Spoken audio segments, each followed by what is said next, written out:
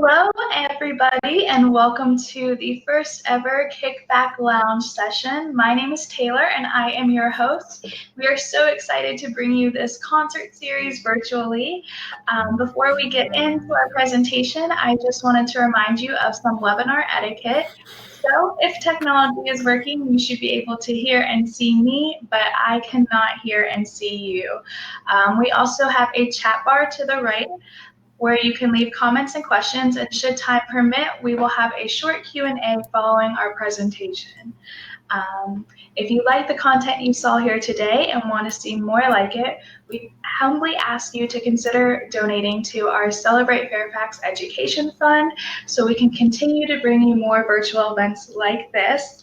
And if you missed this session or a different session from the past and want to view them, you can go to our YouTube channel to watch old content or new content.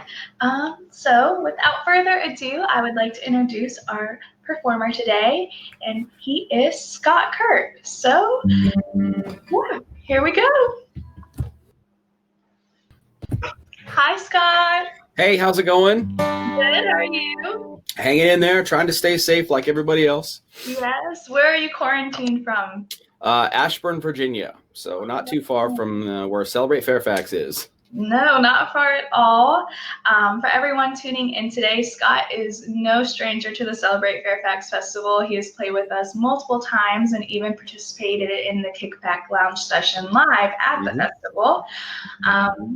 We're so excited to have you, Scott, as our first performer. So thank you for taking the time out of your day to be live with us. We really appreciate it. Absolutely. What is the first song you're going to play for us? I'm going to do a new song that I wrote maybe a couple months back with a guy named Craig Campbell down in Nashville. And Craig he's a great country artist. He's had a couple #1 hits with, I think there was Keep Them Kisses Coming was one of them, and Family Man was another one, and Outskirts of Heaven is one of my favorite country songs, and that's one of his. So it was real exciting to get to write a song with him, and this is called Till You. So I'm going to play it now and hope y'all dig it.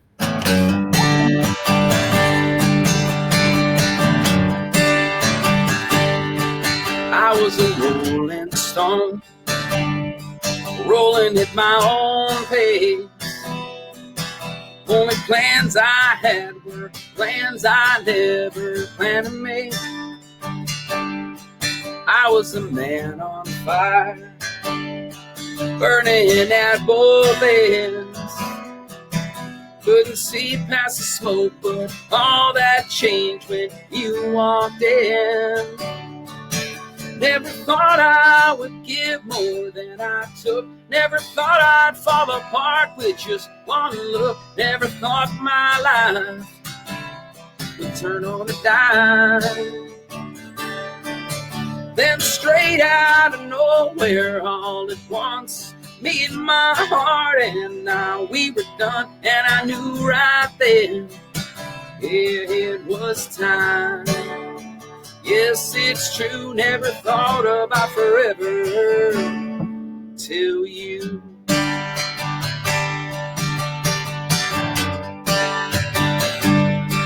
I always thought that this is how it was gonna be. Never had to worry about anybody but me. But then your blue moon eyes set me over cloud 9. Never thought I'd ever fall like that or be that guy. Never thought I would give more than I took. Never thought I'd fall apart with just one look. Never thought my life would turn on a dime. Then straight out of nowhere all at once, me and my heart and now we were done. And I knew right then, yeah, it was time. Yes, it's true, never thought about forever till you.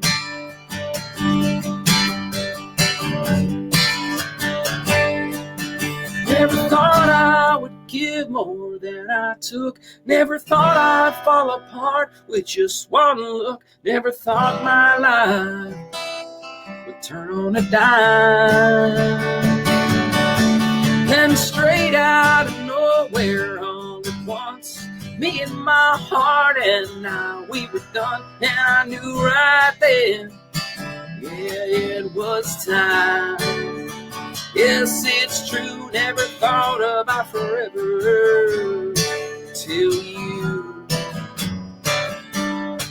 Never thought about forever till you.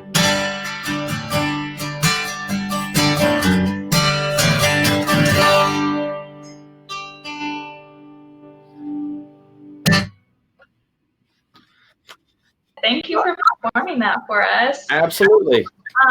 So going off of just knowing you a little bit and working with you, we're going to take it to the festival a little bit. If we were at the festival right now, where would you want to be? In the area where the main stage usually is, because they have the best food stands that I found. They have like the fried Twinkies and all that kind of stuff. So I'd probably be right there. And they have they have like a root beer station too. It's like one of the fire companies I think sponsors it. It's like a big mug of root beer. It's really good. So that's probably where I'd be. Sorry, I'm thinking about lunch because and dinner, but everywhere. So you draw inspiration from Tom Petty and Luke Combs, John Party. What about those artists specifically kind of inspires you when you're going into the songwriting process? Sure. What I like about those guys is when you hear their songs, you can almost hear how it was written with an acoustic guitar. There aren't a lot of studio tricks kind of going on. It's very authentic and almost raw in a way, sort of way. So so I like that. I think some of the bands are very rely on technology sometimes a little too much, like with synthesizers and beats and things like that, which are cool. And I think they're great to augment a song. But when you base a song on that, it doesn't connect as much with me. So when I hear Luke Combs or Tom Petty play, I can almost picture them sitting there with an acoustic guitar, like writing that song. So I take inspiration from that. That's awesome. And I agree with you completely. I think that's personally what draws me so much to your music is just that authenticity of like old school grit country where it's like real and it's not overproduced and has all this like extra stuff. Like you can be there with the acoustic guitar and know that this is going to be a good performance start to finish. And it's not, that's what I personally find value in. It's just the raw talent with that acoustic guitar. Thank you. I appreciate that.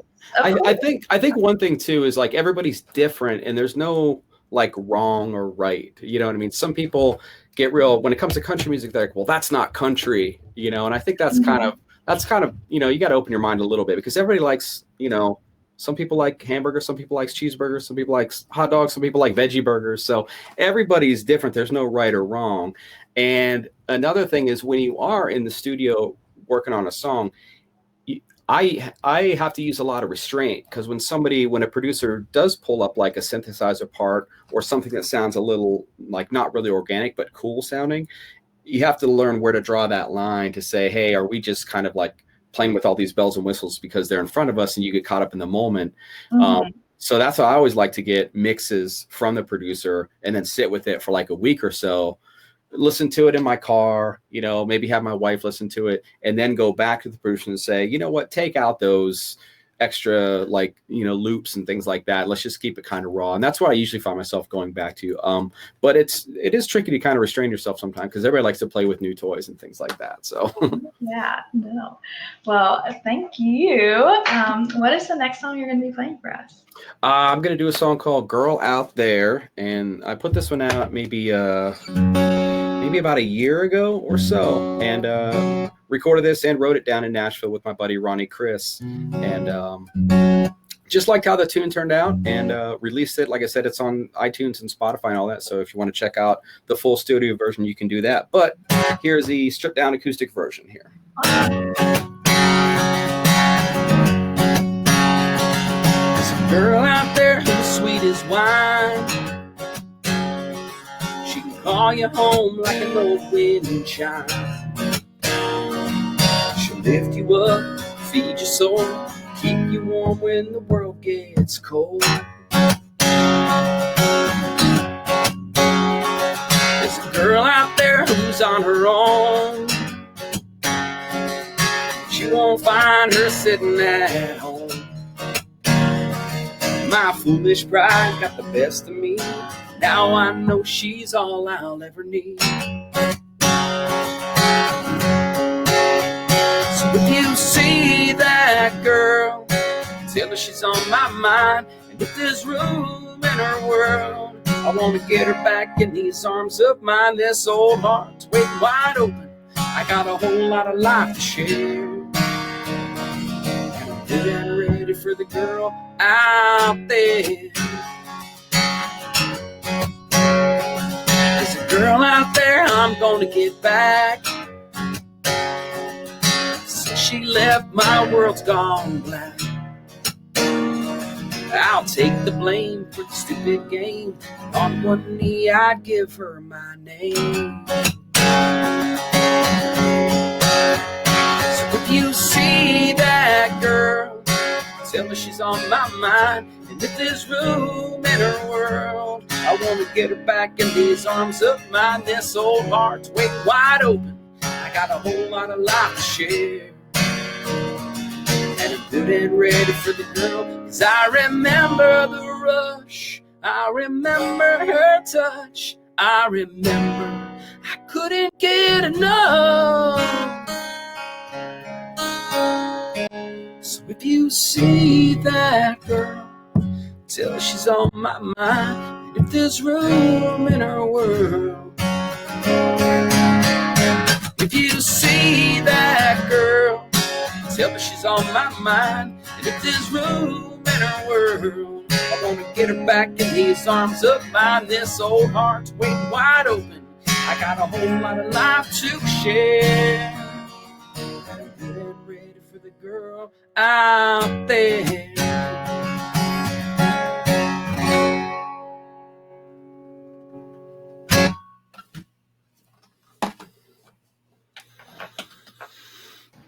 Thank you for that performance, Scott. You bet. So when you're going into like a writing session or just into the studio at all, Yep. and you're getting down into the nitty-gritty of like coming up with verses, choruses, what inspiration do you pull from? Is it like everyday life, conversations you've had? Mm-hmm. Yeah, I think it's both, really. It's about, in country music, it's different than rock or pop music, because the country music is very story based and very lyric based. Not to say that there's not good melodies involved, but with rock and pop, you can get away with a lot of repetition of things that don't really have to tell a story. If it's just like an empowering phrase or something, you can say that 4 times in the chorus, and that's a chorus. But with a country song, you really have to tell the story. So when I'm getting into the lyrics, it's sort of like you make sure they're conversational, as if you're talking to the listener or having a conversation with the listener, and you sort of lay it all out. Like you can say, I was driving down the road, but if you say, I was driving my red Chevy truck down an old dirt road, it gives the viewer or the listener more of a context, and they can paint a picture in their head like, oh, I know that feeling, so it's just, it's really about the details and adding some what they call furniture, like making that truck red or making that road paved or dirt or, whatever it is. And then there's a lot of taking out, a lot of editing also, where you just have to get to the point, and I always go back to the Garth Brooks song, Friends in Low Places, like the song starts out, blame it all on my roots. I showed up in boots and ruined her black tie affair. Like those 3 lines, you get that he's a country guy, blame it all my roots. I showed up in boots and ruined your black tie affair. And then he's at a wedding, like 3 lines, and you already see the whole song's laid out. So they call that like the economy of words, like use very few words to tell as big of a story as you can, because, most songs are 3 minutes. Some are a little bit over, some are a little under, but you really only have 3 minutes to tell an entire story. So you have to make every word count. So that's what I think about. Awesome. Are there any lyrics like from a different artist where you're like, I wish I would have thought of that, or I wish I would have wrote that, or even like any of your own lyrics where you're like, yeah, I came up with that. Well, I'll go to other people's stuff. There are a lot that I admire. I like Chris Stapleton a lot. You know, his song like "Broken Halos" is such a great. That's a great song. Yeah, it's such a good lyric, and you know, one of my favorite writers is a guy named Radney Foster, and he's written he's an artist himself, but he's written song for other people too, and he had, you know, a bunch of hits in the '90s of his own stuff, and then he wrote. Raining on Sunday for Keith Urban, and he's written some, you know, Luke Bryan, some songs for Luke Bryan and Sarah Evans and stuff like that. And I like Radney's lyrics because he's really good at telling a story, and sort of like he makes a stance sometimes, like you know, from a political point of view, where he's just like, hey, if you see something wrong, you know, stand up for it. And I think in this day and age, it's definitely for a country artist to do that. It's a little different, you know what I mean? So, but he puts himself out there sometimes, and I admire that. So, yeah. Awesome. Well. We are going into Scott's last song. So, Scott, what is the last song you'll be performing for us, and what was the inspiration behind this song and kind of the process of creating this song as well? Yeah, this is called "Sounds Like a Hometown," and again, most of my writing I go down to Nashville. Like most of my shows are in the Mid-Atlantic region, like Pennsylvania, Virginia, Maryland, DC. That area. Sometimes I circle out of there and we'll go up to like Boston or New York, but that's a little more rare. But I go down to Nashville about every 3 weeks for songwriting and recording. And I was down there with this song with my friend Brian Frazier, who lives in Nashville, but he's from Virginia, and Erica Rain, and she grew up in Indiana, I believe, and I grew up in Western Pennsylvania. So we were all talking about how we grew up in our hometowns and how there were 3 different states, you know, Pennsylvania, Virginia, and Indiana, but we ended up doing the same things really growing up. Like you go to the football games on Friday nights and, you know, hanging out with your friends. And we were all from smaller-ish towns where the rumor mill gets around town real quick. So we were banging around with that idea. And so we came up with the title "Sounds Like a Hometown." And that's how the song was really born. So, and if you're ready for it, it goes like this.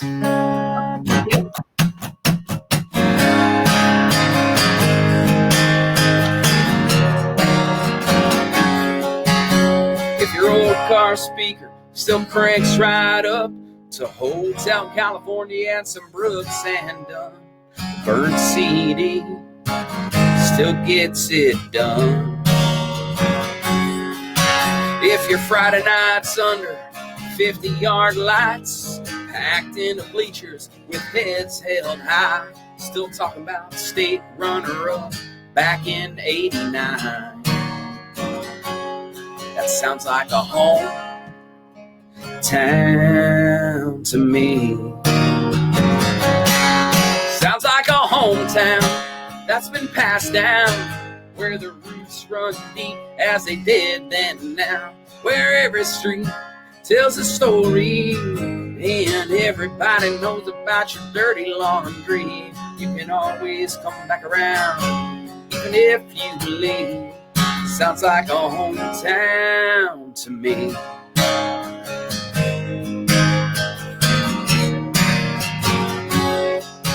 Yeah, you'll find out quick who's doing what, like making out, breaking up, or falling in love. At the corner booth or church pew, they'll get you caught up. That sounds like a hometown that's been passed down, where the roots run deep as it did then and now, where every street tells a story and everybody knows about your dirty laundry. You can always come back around, even if you leave. Sounds like a hometown to me.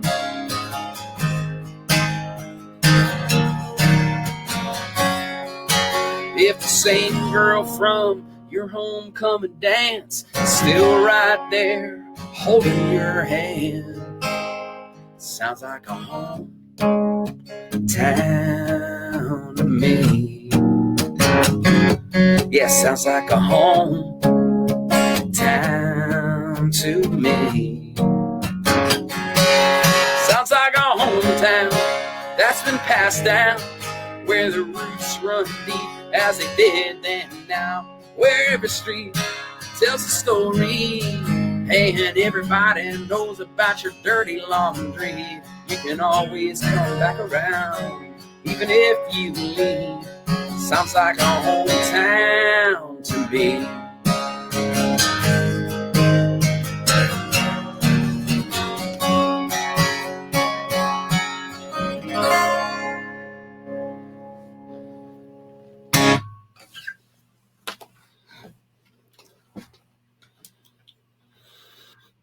I have to immediately add it to my driving around town playlist. I feel like everyone has like that in the car playlist that they listen to. Mine is mainly like country, because I live in Fredericksburg, so it's lots of back roads and yes, it is. Yes, I play down in So- Fredericksburg quite a bit. I love it down there. So how are things down there?